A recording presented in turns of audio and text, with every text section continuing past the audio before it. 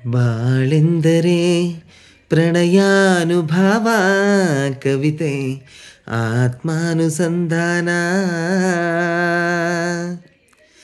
ನೆನಪೆಂದರೆ ಮಳೆ ಬಿಲ್ಲ ಛಾಯೆ, ನನ್ನೆದೆಯ ಬಾಂದಳದಿಯೋ, ನನ್ನೆದೆಯ ಬಾಂದಳದಿ ಚಿತ್ತಾರ ಬರೆದವಳೆ.